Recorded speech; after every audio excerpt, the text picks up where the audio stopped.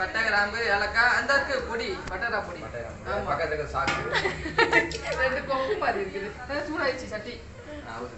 நீ சூடாயிட்ட அது குறைச்சு வச்சிருப்பா ரொம்ப சூடாயிடுச்சு இருக்கட்டும் மாசி இருக்கட்டும்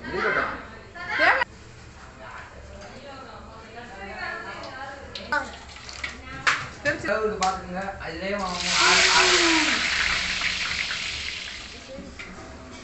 வெங்காயம் பொரிஞ்சிருச்சு ஆமா பட்டை நல்லா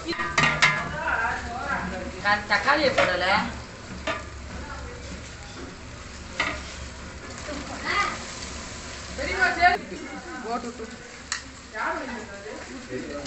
அதை எடுமாய்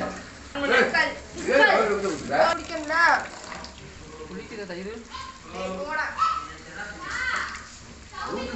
குளிக்குதா இல்ல அவ்வளவா இல்ல இந்த தயிர்னா